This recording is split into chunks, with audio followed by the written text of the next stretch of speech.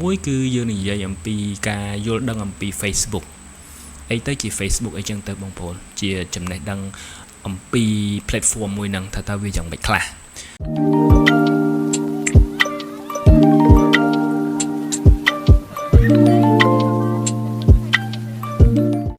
បាទសូមស្វាគមន៍បងប្អូនទាំងអស់គ្នា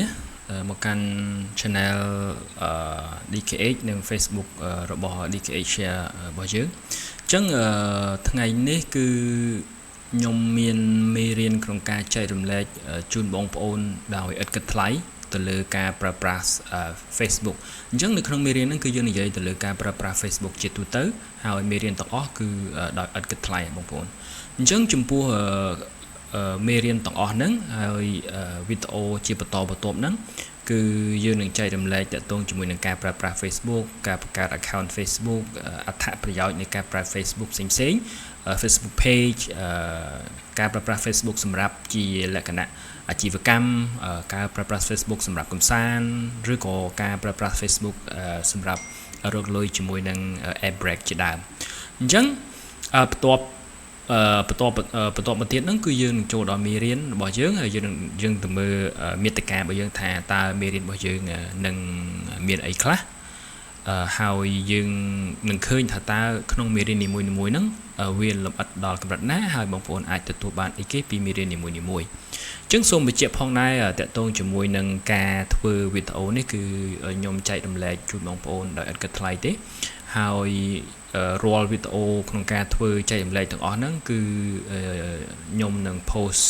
ចូលទៅក្នុង channel Facebook របស់យើងគឺ channel ដែលមានឈ្មោះថា DKH Share ហើយនិង Facebook page DKH Share ដូចគ្នាហើយផងដែរតកតងជាមួយនឹងដោយសារយើងចាប់ផ្ដើមចែករំលែកហ្នឹងគឺពីដំបូងទៅអញ្ចឹង channel របស់យើងគឺចាប់ផ្ដើមពី0 subscriber មានន័យថាអត់ទាន់មានចំនួនអ្នក subscribe ទេបងប្អូនអញ្ចឹងនៅក្នុងហ្នឹងគឺខ្ញុំនឹងមានជា challenge មួយគឺមានន័យថាខ្ញុំនឹងរើសយកបងប្អូនយើងដែល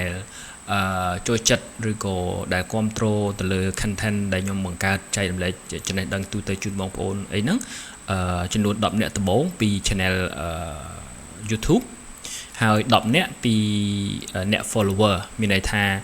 ចំពោះ YouTube គឺខ្ញុំយក10នាក់ដំបូងហើយចំពោះ Facebook វិញព្រោះដោយសារខ្ញុំមាន follower មួយចំនួនខ្លះហើយអញ្ចឹងខ្ញុំយកចំនួន follower 10នាក់ចុងក្រោយហើយខ្ញុំជ្រើសរើសដោយចៃដន្យអញ្ចឹងសរុបមកគឺ20នាក់ហើយពេលដែលខ្ញុំចាប់ផ្ដើមរើសហ្នឹងគឺមានន័យថាខ្ញុំចាប់ផ្ដើមគិតពីថ្ងៃដែលខ្ញុំ drop វីដេអូហ្នឹងមានន័យថាថ្ងៃដែលខ្ញុំចាប់ផ្ដើម post វីដេអូទី1ហ្នឹងរហូតទី1ទី2ទី3 load ហ្នឹងមានន័យថានៅក្នុងរយៈពេល7ថ្ងៃហ្នឹងបើសិនជាមានមួយក្តីវីដេអូ2ឬក៏3ហ្នឹងគឺមានន័យថាក្នុងចន្លោះ7ថ្ងៃនៃវីដេអូដំបូងរបស់ខ្ញុំហ្នឹងយើងនឹងរើសមកបូកចូលគ្នាឲ្យបាន20នាក់ហើយខ្ញុំនឹងចាប់ជារង្វាន់យក2នាក់អញ្ចឹងរង្វាន់របស់យើងហ្នឹងគឺក្នុងម្នាក់នឹងទទួលបាន Facebook account អាមេរិកបងប្អូនអញ្ចឹងខ្ញុំគិតថាបងប្អូនខ្លះគាត់ចង់បានហើយបងប្អូនខ្លះក៏គាត់មានហើយបងប្អូនខ្លះក៏គាត់មិនទាន់មានអញ្ចឹងបើបងប្អូនមានហើយយកក៏បានមិនយកក៏បានស្អីលើបងប្អូនទេបងប្អូនដែលមិនមានបងប្អូនអាចយកទៅប្រើប្រាស់ក៏បានដែរហើយទី2គឺទឹកប្រាក់ជាកាតទូរស័ព្ទឬក៏ជាលុយស្អីទៅបងប្អូនយកជាកាតទូរស័ព្ទក៏បានយកជាលុយសុទ្ធក៏បានដែរចំនួន$5ក្នុងម្នាក់អូខេអញ្ចឹងយើងកុំឲ្យវែងឆ្ងាយអញ្ចឹងអានេះគឺអីគេដែលខ្ញុំជូនបងប្អូនអញ្ចឹងទឹកបងប្អូនទទួលបានចំណេះដឹងទូទៅលើការប្រើប្រាស់ Facebook free ពី channel របស់យើងហើយបងប្អូនមានឱកាសទទួលបានរង្វាន់ challenge កំសាន្តទាំងអស់គ្នាទៀតអញ្ចឹងសង្ឃឹមថាបងប្អូនគ្រប់គ្រងនឹងលើកទឹកចិត្តទៅលើការផលិត content របស់ខ្ញុំរបស់ DKH របស់យើងណាបងប្អូនអូខេតោះយើងអញ្ចឹងយើងទៅមើលថាតើ content របស់យើងនឹងមានអីគេខ្លះចំពោះការប្រើប្រាស់ Facebook របស់យើងបងប្អូនមាតិការបស់យើងគឺខ្ញុំបែងចែកចេញជាច្រើនចម្ពោះប៉ុន្តែអ្វីដែលយើងចាប់ផ្ដើមគឺពេលនេះគឺយើងចាប់ផ្ដើមពីដំបូងអញ្ចឹងខ្ញុំគិតថាបងប្អូនដែលគាត់មានចំណេះដឹងស្រាប់ឬក៏ច្រើនហើយបងប្អូនអាចចាំមើលឬក៏អាចរំលងឬក៏យ៉ាងម៉េចក៏បានដែរប៉ុន្តែមេរៀនទាំងអស់នេះគឺជាវីដេអូឬក៏ជាមេរៀនដ ដំបងសម្រាប់បងប្អូនថ្មីដែលគាត់យល់មិនទាន់ច្បាស់ឬក៏គាត់យល់ដែរប៉ុន្តែមិនទាន់ប្រកាសបញ្ជាឬក៏ចំណុចណាមួយហ្នឹងគឺបងប្អូនអាចមើលឲ្យច្បាស់ម្ដងមួយទៅលើវីដេអូហ្នឹងទៅលើមេរៀនរបស់យើងបងប្អូនព្រោះបើសិនជាបងប្អូនគិតថា Facebook មានអត្ថប្រយោជន៍យ៉ាងម៉េចដែលបងប្អូនចង់ប្រើឬក៏មុននឹងសម្រាប់ចិត្តក្នុងការប្រឡូកចូលក្នុងវិស័យ Facebook ឬក៏វិស័យ digital ឬក៏បងប្អូនមានបំណងគិតថាចង់ចូលប្រឡូកក្នុងវិស័យរកចំណូលតាម online អីហ្នឹងណាបងប្អូនជាពិសេសតាម Facebook អញ្ចឹងបើបងប្អូនគ្រាន់តែដឹងថាតិចទេខ្ញុំជឿថាបងប្អូនគួរតែចំណាយពេលវេលាឲ្យបានច្រើនសិនក្នុងការរៀនសូត្រសិក្សាស្រាវជ្រាវជាមុនឲ្យច្បាស់ដើម្បីត្រៀមខ្លួនហើយនឹងកំណត់គោលដៅខ្លួនឯងឲ្យច្បាស់ថាតើយើងចង់បានអីយើងចូលទៅធ្វើវានឹងដើម្បីអីហើយយើងគួរតែចំណាយធនធានបែបណាចំណាយរយៈពេលប្រមាណហើយយើងគួរតែរៀបចំគម្រោងការបែបម៉េចក្នុងការធ្វើវាដើម្បីឲ្យងាយស្រួលហើយនឹងទទួលបានជោគជ័យក្នុងពេលវេលាណាមួយដែលជាក់លាក់បងប្អូនអញ្ចឹងមេរៀនរបស់យើងដំបូងហ្នឹងគឺមាន2ជំពូកទី1គឺយើងនិយាយអំពីការយល់ដឹងអំពី Facebook អីទៅជា Facebook អីចឹងទៅបងប្អូនជាចំណេះដឹងអំពី platform មួយហ្នឹងថាតើវាយ៉ាងម៉េចខ្លះអញ្ចឹងនៅក្នុងជំពូកទី1ហ្នឹងខ្ញុំបែងចែកចេញជា4មេរៀនទី1គឺយល់ដឹងអំពី account Facebook និងការប្រើប្រាស់របស់វាទី2យល់ដឹងអំពី page និងការប្រើប្រាស់ page មេរៀនទី3យល់ដឹងអំពី group ហើយនឹងការប្រើប្រាស់ group ហើយនឹងមេរៀនទី4គឺការត្រៀមខ្លួនដើម្បីប្រឡូកជាមួយវាអញ្ចឹងយើងនឹងទៅមើលថាតើយើងត្រៀមខ្លួនអ្វីខ្លះហេតុអ្វីជំពូកទី2លបែងគឺចាប់ផ្ដើមបែងចែកចេញជា4មេរៀនហើយមេរៀនហ្នឹងគឺមេរៀនទី5គឺការបង្កើត account Facebook ការប្រើប្រាស់ account Facebook ហើយនឹងការគ្រប់គ្រង account Facebook របស់យើងមេរៀនទី6យើងនិយាយអំពីការបង្កើត page អូខេការបង្កើត page អញ្ចឹងការបង្កើត page បង្កើតមិនហើយការប្រើប្រាស់វាប្រើប្រាស់ដោយរបៀបណាហើយការគ្រប់គ្រង page ហ្នឹងយើងគ្រប់គ្រងវាយ៉ាងម៉េចដើម្បីឲ្យត្រឹមត្រូវតាមគោលការណ៍របស់ Facebook បងប្អូនព្រោះក្នុងមេរៀនហ្នឹងយើងនឹងទៅមើលការគ្រប់គ្រងហ្នឹងគឺយើងត្រូវដឹងពីគោលការណ៍របស់ Facebook ច្បាប់ទម្លាប់របស់ Facebook ហ្នឹងថាវាយ៉ាងម៉េចខ្លះហើយមេរៀនទី7គឺទាក់ទងមួយការបង្កើត group ការប្រើប្រាស់ group ហើយការគ្រប់គ្រង group ដូចគ្នាហើយមេរៀនទី8គឺយើងនិយាយអំពីការបង្កើត meta shoot មានន័យថាយើងគេហៅថា meta suite ការប្រើប្រាស់របស់វាហើយនឹងការគ្រប់គ្រងរបស់វាផងដែរអញ្ចឹងនៅក្នុងមេរៀនដំបូងរបស់យើងដែលជាកម្រិតមូលដ្ឋាននេះគឺយើងមាន2ជំពូកហ្នឹងបងប្អូននេះគឺក្នុងកម្រិតមូលដ្ឋានហើយជំពូកបន្តទៀតគឺយើងមានកម្រិតបែបស៊ីជម្រៅបែបជាលក្ខណៈ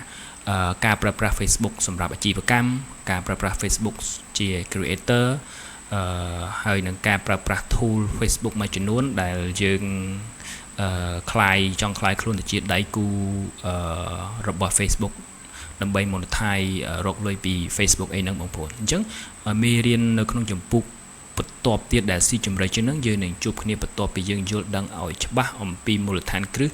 និងចំណេះដឹងទូទៅរបស់វាមួយសិនបងប្អូនអូខេអញ្ចឹងកុំឲ្យវែងឆ្ងាយមេរៀនរបស់យើងបន្ទាប់គឺយើងនឹងចូលទៅក្នុងជំពូកទី1យើងទៅយល់ដឹងអំពី Facebook ទាំងអស់គ្នាជាបន្តដូចមាតិកាដែលបានបង្ហាញបងប្អូននេះចឹងបងប្អូនអូខេជំពូកទី1យើងនិយាយអំពីយល់ដឹងអំពីការប្រើប្រាស់ Facebook យើងយល់ដឹងអំពី Facebook ហេតុអ្វីបានជា Facebook why Facebook អញ្ចឹងដូចបងប្អូនបានដឹងហើយថា social media នៅបច្ចុប្បន្នណាក្នុងពេលបច្ចុប្បន្នហ្នឹងគឺមានច្រើនបងប្អូនដឹងហើយថាមាន Facebook មាន YouTube មាន TikTok មាន Twitter មាន Thread ថ្មីរបស់ Facebook ដែរនឹងមាន Instagram LinkedIn a lot social media ដែលយើងប្រើដែលជា platform ផ្សេងគ្នារាល់ថ្ងៃហ្នឹងអញ្ចឹងសំណួរសួរថា why Facebook ហេតុអីបានជាបងប្អូនជ្រើសរើស Facebook so អញ្ចឹងយើងទៅមើលថាហេតុអីបានជា Facebook ចម្លើយដែលបងប្អូនគួរតែដឹងហ្នឹងគឺព្រោះអី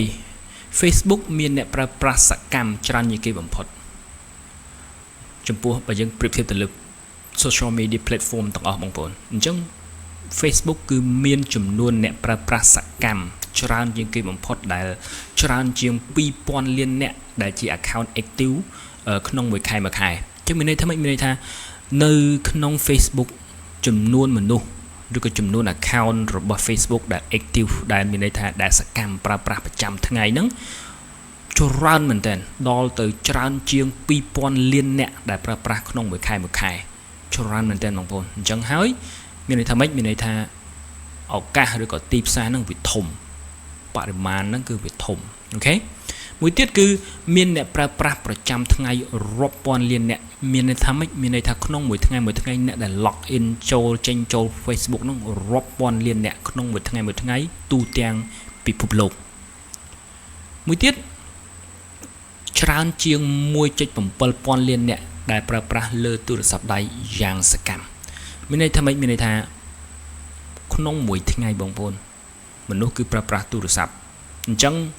1.7 លានអ្នកដែលគាត់ប្រើប្រាស់លើទូរស័ព្ទក្នុងមួយថ្ងៃដែលគាត់មើលទូរស័ព្ទមើល Facebook ចេញចូលហ្នឹងណាបងប្អូនមនុស្សទាំងអស់ចំណាយពេលលើ Facebook ប្រហែលជា20នាទីយ៉ាងតិចក្នុងមួយថ្ងៃអញ្ចឹងចំណាយពេលច្រើនមែនទែន20នាទីមុនដែលមនុស្ស scroll មើល Facebook login លើ profile ចូល page មើលវីដេអូមើលរូបភាពចូលក្នុង group ចូលក្នុង page check profile chat comment share live video a lot of thing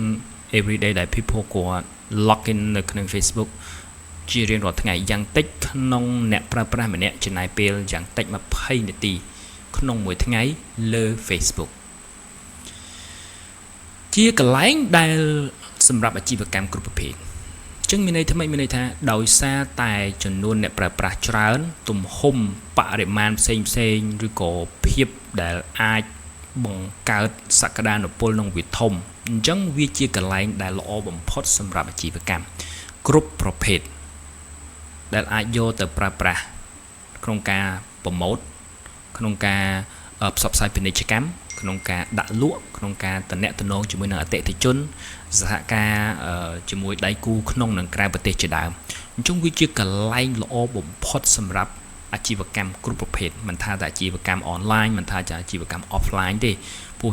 អាជីវកម្ម online គឺត្រូវការលក់ online តំណែងប៉ុន្តែសូម្បីតែអាជីវកម្ម offline ឧទាហរណ៍ដូចជាហាងកាហ្វេឬក៏កន្លែងលក់របស់របរនោះក៏ត្រូវការ page Facebook ក្នុងការយកទៅធ្វើជាការផ្សព្វផ្សាយពាណិជ្ជកម្មឬក៏ promote brand ជាដើមបងប្អូនអញ្ចឹងវាជាកន្លែងល្អបំផុតសម្រាប់អាជីវកម្មមួយទៀតផងដែរវាជាកន្លែងដែលសម្រាប់ចែករំលែកចំណេះដឹងជាកន្លែងសម្រាប់ផ្សព្វផ្សាយព័ត៌មានជាកន្លែងគ្រប់បែបយ៉ាងដែលពាក់ព័ន្ធជាមួយនឹងជីវិតរស់នៅប្រចាំថ្ងៃរបស់យើងគឺយើងត្រូវការ Facebook ជាចុងក្រោយប៉ុន្តែមិនទាន់បញ្ចប់នោះគឺថាជាប្រភពផ្ដល់ប្រាក់ចំណូលដ៏ច្រើនសន្ធឹកសន្ធាប់សម្រាប់អ្នកបង្កើតមាតិកា